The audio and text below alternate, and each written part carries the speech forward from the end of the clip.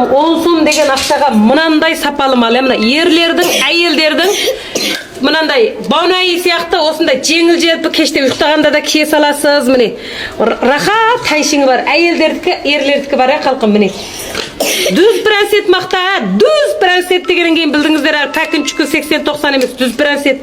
Батыс киіңіз, шығыс киіңіз. Бүгін сіз киіп, ертең мына сапа. Осының 10 сомнан қалқым, міне көрдіңіздер ма?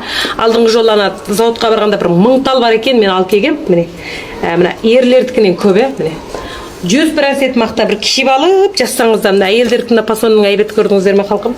Одан кейін мына менің ашүйхан құсап кибаға мына юбкам 25-тің мына гарс юбка, мына 10 жыл киіп кідасын шығарамайсыз.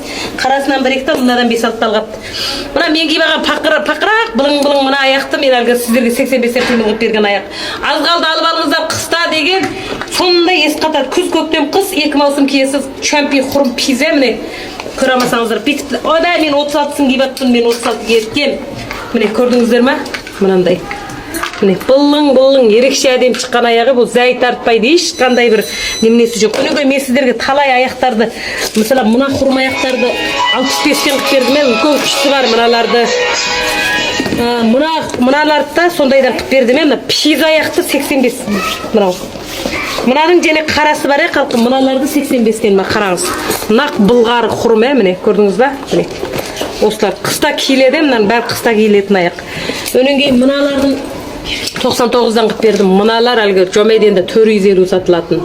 Трактор ма? Не мынау гомбайын құсағым. Осындай. Өнен кейін мына ерлердің аяғы қалқым.